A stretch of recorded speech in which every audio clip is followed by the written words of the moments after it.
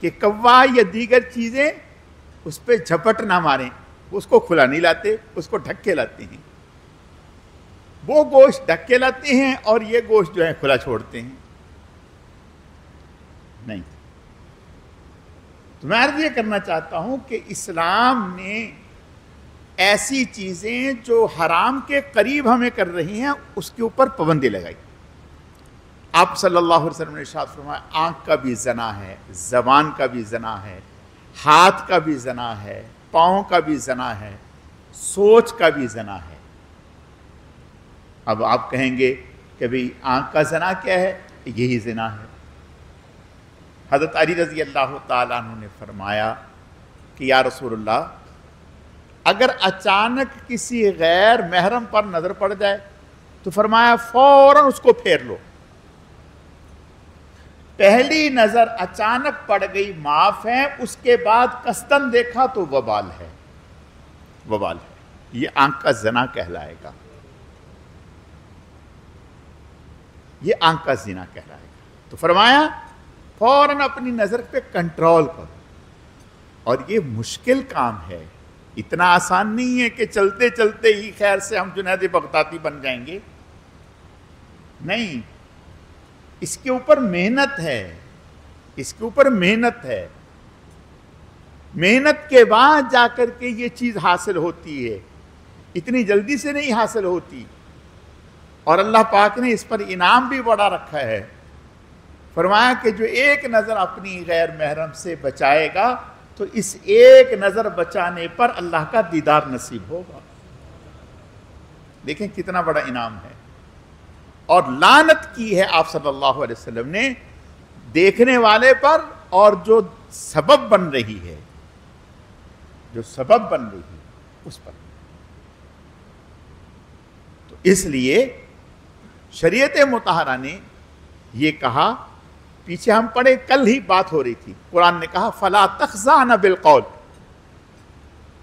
کہ جب غیر محرم عورت کسی مرد سے بات کرے تو کڑک سے بات کرے، اس کی آواز میں نزاکت اور نرمی نہ ہو، تاکہ فَيَطْمَعَ الَّذِي فِي قَلْبِهِ مَرَضٌ وَقُلْنَ قَوْلًا مَعْرُوفًا، تاکہ جس کے دل میں بیماری ہے. بیماری کیا ہے بھئی؟ وہ دل کا مریض تو نہیں ہے. اس کی بیماری کیا ہے؟ اس کو شیطنت ہے، کھجلی ہے. کیوں ہے ایسی؟ کوڑے نہیں پڑ رہے نا. اگر اسلامی نظام ہوتا اور ایسی حرکت ہوتی اور اس کے اوپر پڑتے ڈنڈے تو مجال ہے، سب انسان بن کے سیدھے سیدھے ہو کے چلتے. تو ابھی تو کوئی پابندی ہی نہیں ہے. عورتوں سے کہا کہ تم بلا ضرورت گھر سے نہ نکلو. ضرورت کے درجے میں ٹھیک ہے، کوئی حرج نہیں. ضرورت کے درجے میں نکلیں تو آپ اپنے آپ کو سر سے لے کر پاؤں تک بالکل اس طرح سے اپنے آپ کو چھپا لیں کہ کسی کی آپ کے کپڑوں پہ بھی نظر نہ پڑے. یہ حضرت ام سلمہ رضی اللہ تعالی عنہ حضور صلی اللہ علیہ وسلم کی زوجہ محترمہ، جو اوپر چادر لیتی تھی، چادر وہ اتنی بڑی ہوتی تھی کہ جب چلتی تھی تو پیچھے سے زمین کے اوپر یوں گھسٹتی ہوئی جاتی تھی. ایک دن حضور سے فرمانے لگی یا رسول اللہ صلی اللہ علیہ وسلم، وہ چادر اتنی بڑی ہوتی ہے کہ وہ ناپاک جگہ کے اوپر بھی گزرتی ہے، تو وہ ناپاک تو نہیں ہو جاتی؟ آپ صلی اللہ علیہ وسلم نے ارشاد فرمایا اگر ناپاک جگہ پر گزرتی ہے تو پھر پاک جگہ پر بھی تو گزرتی ہے نا. یعنی یہ ایک وہم تھا. یعنی اگر ناپاک جگہ خشک ہو، گیلی نہ ہو، اس کے اوپر کپڑا لگ جائے، پاؤں لگ جائے تو وہ پاؤں ناپاک نہیں ہوتا. مقصد یہ تھا کہ اس سے کچھ بھی نہیں ہوتا. اس سے یہ بات تو سمجھ میں آئی کہ ازواج مطہرات یا صحابیات جب گھروں سے نکلتی تھی تو وہ کس طرح کی بڑی چادر لے کر کے نکلتی تھی، اور پھر وہ تو خیر کا زمانہ تھا، خیر غالب تھی، شر غالب نہیں تھا، خیر غالب تھے، اللہ کے نبی موجود تھے۔ آپ صلی اللہ علیہ وسلم حضرت ام صفیہ رضی اللہ تعالیٰ حضرت صفیہ رضی اللہ تعالیٰ کے ساتھ سواری پر سفر سے تشریف لا رہے تھے، غالباً اونٹ تھا، اور ساتھ ساتھ یعنی سواری تھی حضرت انس اور ان کے والد حضرت ابو طلحہ، ان کی بھی۔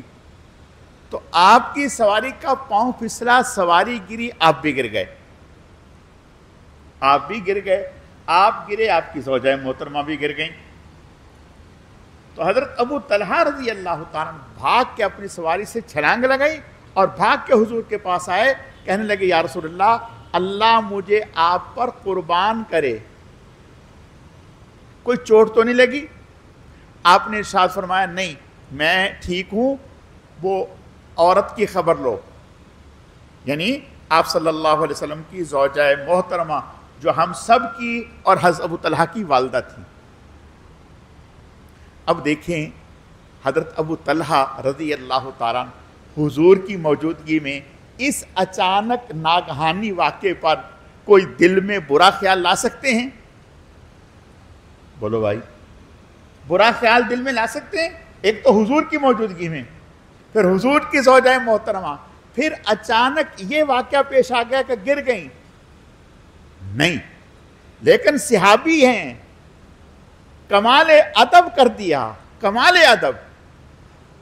جب حضور نے فرمایا کہ عورت کی خبر لو، فوراً اپنی چادر اس طرح سے اپنے چہرے پہ یوں ڈال دی، اور حضرت ام سلمہ حضرت صفیہ رضی اللہ تعالیٰ کے پاس پہنچے، چہرے سے چادر ہٹا کر ان کے اوپر ڈال دی، ان کے اوپر ڈال دی۔ جب ان کے اوپر ڈالی پھر ان کو اٹھا دیا۔ بات سمجھ میں آ گئی؟ یہ ایسا کیوں کیا کہ میری نگاہ ان کے اوپر نہ پڑے، میری نگاہ ان کے اوپر نہ پڑے۔ یہ صحابہ اکرام رضوان اللہ علیہم اجمعین کا ادب ہے، یہ ان کا کمال ایمان ہے۔ ہم ذرا اپنا جائزہ لیں، ہم کہاں ہیں؟ ہم کہاں ہیں؟ حالانکہ حضور کا زمانہ ہے، اور حضور صلی اللہ پاک قرآن سے صحابیات سے فرمانے فلا تخضعن بالقول، جب کوئی تم سے بات کرنے کے لیے آئے، کوئی مسئلہ پوچھنے کے لیے آئے، کسی چیز کے بارے میں آئے تو آواز میں کڑک رکھیں، نرمی نہ دکھائیں۔ تو بھائی، اور پھر حضور کی ازواج سے کہا جا رہا ہے، بیٹیوں سے کہا جا رہا ہے، امت کی عورتوں سے کہا جا رہا ہے کہ جب آپ باہر نکلیں تو پورا پردہ، چہرے کا بھی، ہاتھوں کا بھی، چہرے کا بھی، ہاتھوں کا بھی۔ چاروں ائمہ میں سے امام شافعی، امام احمد، امام شافعی، امام احمد بن حنبل، امام مالک، امام ابو حنیفہ، چاروں ائمہ یہ کہتے ہیں کہ چہرے کا پردہ بھی ہے اور ہاتھوں کا پردہ بھی ہے، کوئی ایک بھی نہیں۔ گویا یوں کہیے کہ پوری امت اس بات پر متفق ہے، پوری امت اس بات پر متفق ہے کہ چہرے کا پردہ بھی ہے، ہاتھوں کا پردہ بھی ہے۔ اب ہم ذرا اپنا جائزہ لیں،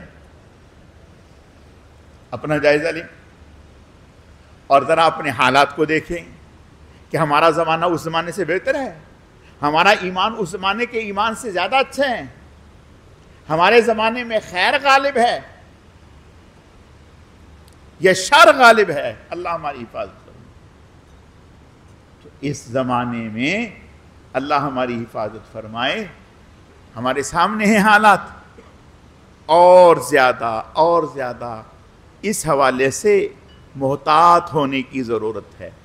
دیکھیں، اللہ اور اس کا رسول بلا وجہ ہمیں تنگ کرنا مقصد نہیں ہے، پریشان کرنا مقصد نہیں ہے۔ رب کریم ہمارے حالات سے واقف ہیں، خالق کائنات ہیں، انہیں پتہ ہے۔ 70 احادیث ہیں اس بات پر، 70 احادیث، 7 آیات ہیں جو پردے کے حوالے سے ہیں. ابھی بھی اگر خدا نہ خواستہ اللہ ہماری حفاظت فرمائے کسی کو سمجھ میں نہیں آئے تو پھر اللہ ہی اس کو سمجھائے گا، اللہ ہی سمجھائے گا. ایک صحابی نے پوچھا یا رسول اللہ صلی اللہ علیہ وسلم دیور سے پردہ ہے؟ دیور سے؟ آپ نے فرمایا دیور تو موت ہیں، دیور تو موت ہے، وہ تو ہر وقت ساتھ رہتا ہے.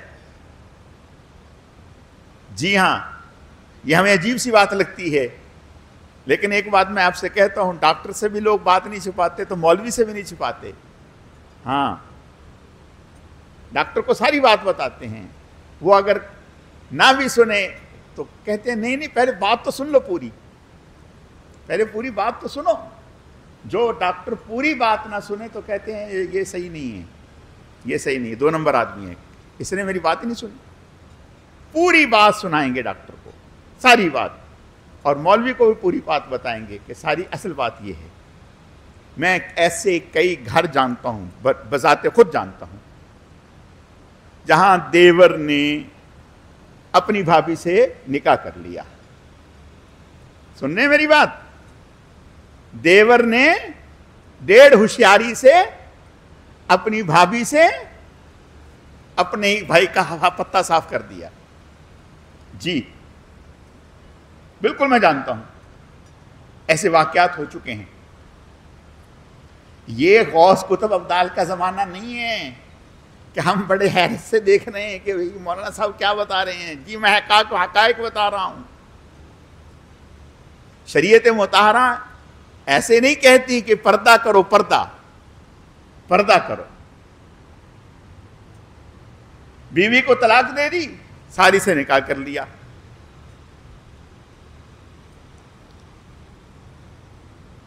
اللہ تعالی ہماری حفاظت فرمائے، اللہ تعالی ہماری حفاظت فرمائے. قرآن و حدیث، اللہ تعالی ہماری عزت آبرو کے محافظ ہیں. تو اللہ پاک کا جو حکم ہے وہ بالکل حق ہے، بالکل حق ہے، سچ ہے، صحیح ہے. اس کو ماننے میں ہمارے لیے عافیت ہے، نہ ماننے میں ہمارے لیے نقصانات ہیں. اگلی آیتوں میں اللہ فرماتے ہیں ان اللہ وملائکتہ یصلون علی النبی یا ایھا الذین آمنوا صلوا علیہ وسلموا تسلیما. اللہ اور اس کے فرشتے نبی صلی اللہ علیہ وسلم پر درود بھیجتے ہیں. اے ایمان والو تم بھی درود بھیجو. اب اللہ تعالیٰ کا درود بھیجنا کیا ہے؟ اللہ تعالیٰ رحمت نازل فرماتے ہیں، اللہ تعالیٰ اپنے نبی کی تعریف فرماتے ہیں، آسمانوں میں بھی زمین پر بھی. اور زمین پر اپنے نبی کی تعریف کیا فرمائی؟ اللہ ورفعنا لک ذکرک، آپ کا ذکر بلند کر دیا. کیسے بلند کر دیا؟ جہاں جہاں اللہ کا ذکر ہے وہاں وہاں رسول کا ذکر ہے. نماز میں اگر اللہ کا ذکر ہے تو حضور کا ذکر ہے، اذان میں اللہ کا ذکر ہے تو حضور کا ذکر ہے، تکبیر میں اللہ کا ذکر ہے تو حضور کا ذکر ہے، خطبے میں اللہ کا ذکر ہے تو حضور کا ذکر ہے. جہاں جہاں اللہ تعالیٰ کی وحدانیت ہے وہاں رسول اللہ صلی اللہ علیہ وسلم کی رسالت ہے، مصطفی ہے. تو یہ اللہ کا آپ پر رحمت بھیجنا یہ ہے، اور فرشتے کا آپ کے لیے دعا کرنا یہ فرشتوں کا درود ہے.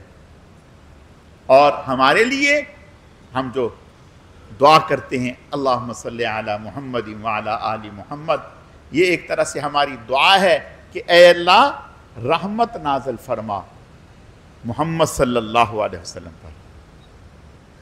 اب حیرانگی کی بات ہے کہ اللہ تو ہمیں کہہ رہے ہیں کہ آپ درود بھیجیں، اور ہم اللہ سے کہہ رہے ہیں کہ اے اللہ آپ رحمت بھیجیں. اللہ ہمیں کہہ رہے ہیں یا ایھا الذین آمنوا صلوا علیہ وسلموا تسلیما، اے ایمان والو تم درود بھیجو اور سلام بھیجو. اب جب ہمیں کہا جا رہا ہے تو ہمیں بھیجنا چاہیے نا. تو ہم کیا کہتے ہیں؟ اللہم صلی علی محمد وعلی آل محمد، اے اللہ آپ رحمت نازل فرمائیے محمد صلی اللہ علیہ وسلم پر اور آپ کی آل پر. اس کا کیا مطلب؟ اس کا مطلب یہ ہے کہ ہم یہ کہتے ہیں کہ اے اللہ نہ ہماری زبان اس لائق، نہ ہم اس لائق، نہ ہمارا ظاہر اس لائق، نہ ہمارا باطن اس لائق. یا اللہ پاک آپ کی شایان شان جیسے آپ پر درود اور رحمت بھیجنا چاہیے، ہم آپ کی خدمت میں ہاتھ جوڑ کے کہتے ہیں آپ ہماری طرف سے آپ پر رحمت بھیج دیے. ہم اس لائق نہیں ہیں، ہم اس قابل نہیں ہیں، آپ سے درخواست کرتے ہیں کہ آپ ایسا کریں. اور آپ صلی اللہ علیہ وسلم کا ارشاد ہے، فرمایا جو مجھ پر ایک مرتبہ درود بھیجتے ہیں اللہ تعالیٰ اس پر 10 رحمتیں نازل فرماتے ہیں، 10 گناہ معاف فرماتے ہیں اور 10 درجے بلند کرتے ہیں. اور آپ صلی اللہ علیہ وسلم کا ارشاد ہے کہ جب میرا امتی کو مجھ پر درود بھیجتا ہے تو فرشتے اس کا درود مجھ تک پہنچاتے ہیں. جب فرشتے اس کا درود مجھ تک پہنچاتے ہیں تو میں اس کے لیے جواب میں مغفرت کی دعا کرتا ہوں.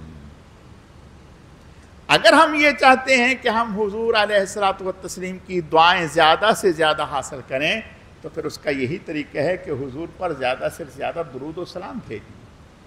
صحابی فرمانے لگے یا رسول اللہ صلی اللہ علیہ وسلم ہم سلام تو بھیجتے ہیں، السلام علیکہ ایھا النبی، درود کیسے بھیجیں؟ آپ نے پھر بتایا کہ جب نماز کا سلام پھیرنا ہو اس سے پہلے اللہم صلی علی محمد یہ درود بھیجنا ہے. اور علماء نے لکھا ہے یہ نماز میں درود بھیجنا سنت مؤکدہ ہے.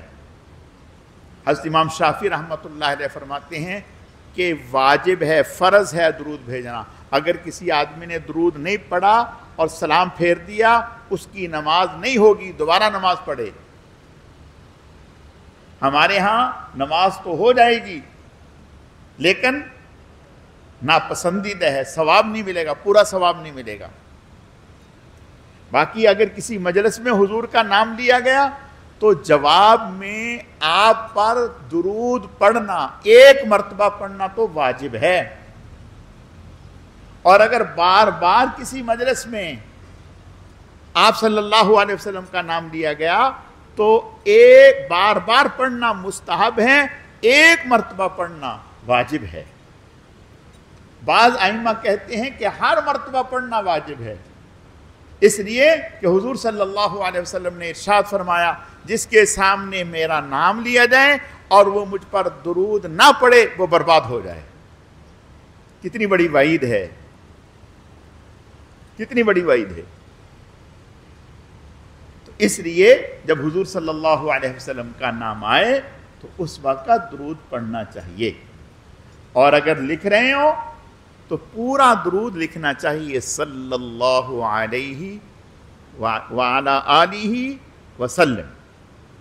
یہ صلی اللہ علیہ وسلم جتنے بھی محدثین ہیں جنہوں نے کتابیں لکھی ہیں ایک ایک لائن میں اندازہ کریں، ایک ایک لائن میں 4 مرتبہ حضور صلی اللہ علیہ وسلم کا نام آتا ہے، 4 مرتبہ پورا درود حضور پر لکھتے ہیں. اور آپ صلی اللہ علیہ وسلم نے ارشاد فرمایا اگر کسی نے کاپی میں کتاب میں درود لکھا جب تک وہ لکھا رہے گا اللہ تعالیٰ اس کے نامہ اعمال میں اجر و ثواب دیتے رہیں گے، دیتے رہیں گے. درود پاک بہت اونچا عمل ہے. ایک صحابی حضور کے پاس آئے، آ کر کے کہنے لگے یا رسول اللہ صلی اللہ علیہ وسلم ہمارے حالات گھر کے اچھے نہیں ہیں، ہمارے گھر کے حالات اچھے نہیں ہیں، کچھ عمل بتائیں.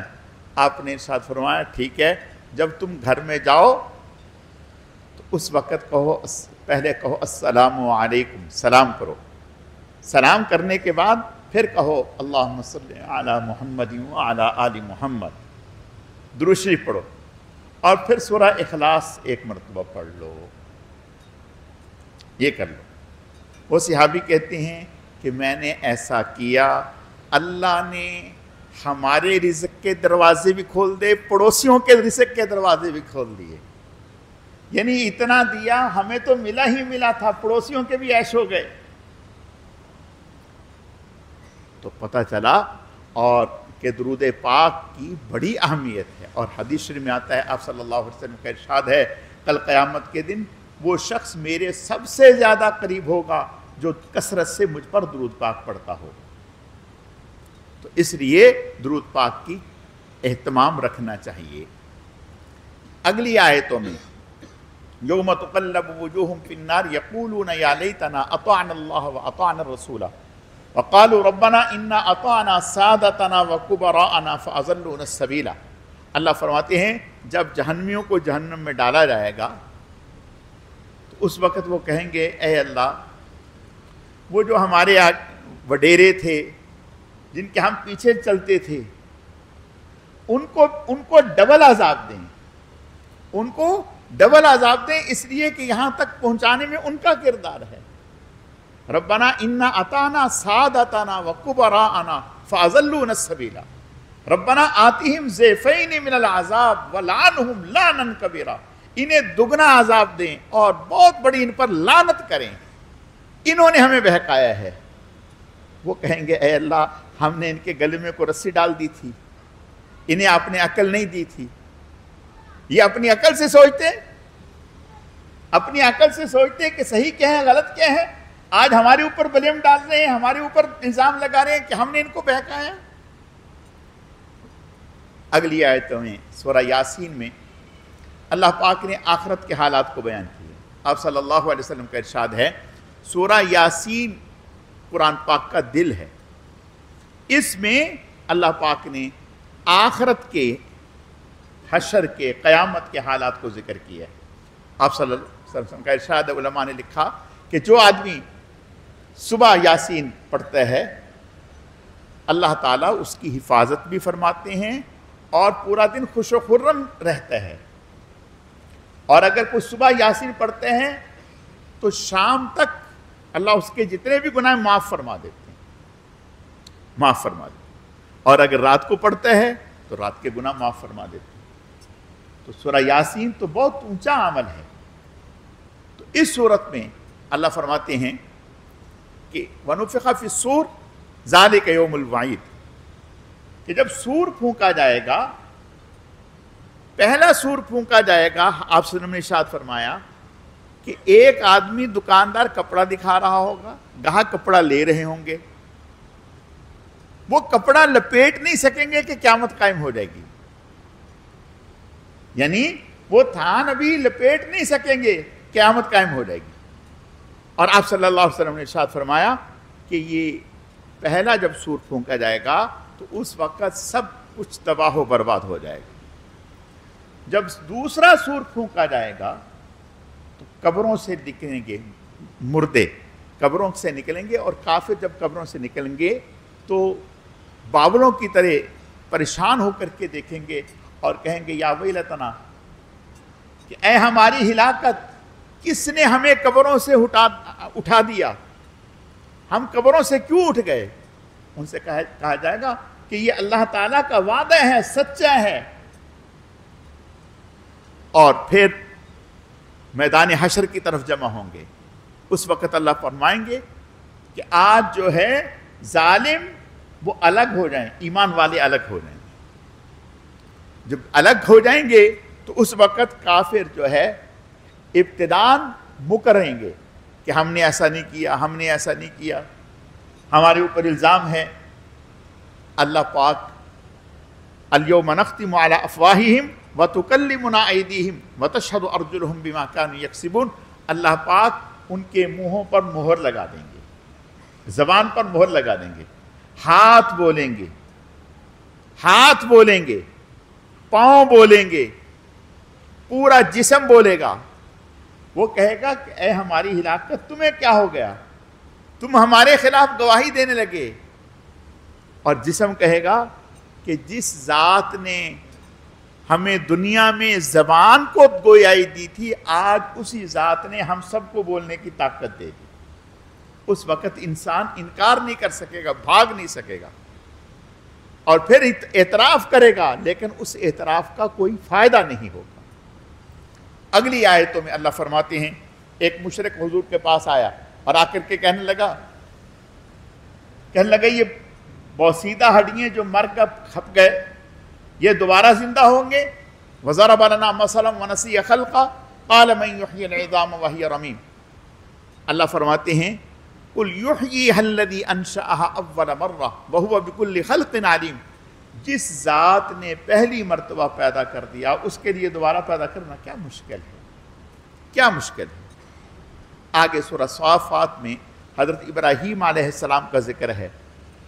حضرت ابراہیم علیہ السلام نے جب اپنے بچے کو اور اہلیہ کو حرم میں چھوڑ دیا تھا، جب وہ بچہ بڑا ہوا تو اللہ پاک کی طرف سے حکم ہوا کہ اب اس کو خواب، حکم اس طرح سے کہ خواب آیا کہ بھئی خواب یہ دیکھا کہ میں بیٹے کو ذبح کر رہا ہوں، یہ خواب دیکھا۔ جب یہ خواب دیکھا تو اپنے صاحبزادے سے کہا کہ بیٹے میں نے یہ خواب دیکھا ہے، یا بنی انی اری فی المنام انی اذبحک فانظر ماذا تری، میں نے خواب میں دیکھا ہے کہ میں آپ کو ذبح کر رہا ہوں، آپ کی کیا رائے ہے؟ اللہ اکبر۔ قال یا ابت افعل ما تؤمر، کہا ابا جان جو آپ کو حکم ملا ہے کر گزریے، انا انشاءاللہ من الصابرین، اگر اللہ نے چاہا تو آپ مجھے صبر کرنے والوں میں سے پائیں گے۔ یہ نبی کا بیٹا جو نبی بننے والا تھا وہی یہ جواب دے سکتا ہے، عام بچہ نہیں جواب دے سکتا۔ کہتا ابا سٹے آ گئے، ابا کیا ہو گیا، کیا بات کر رہے ہیں، کبھی باپ نے بیٹے کو ذبح کیے ہیں؟ اللہ اکبر۔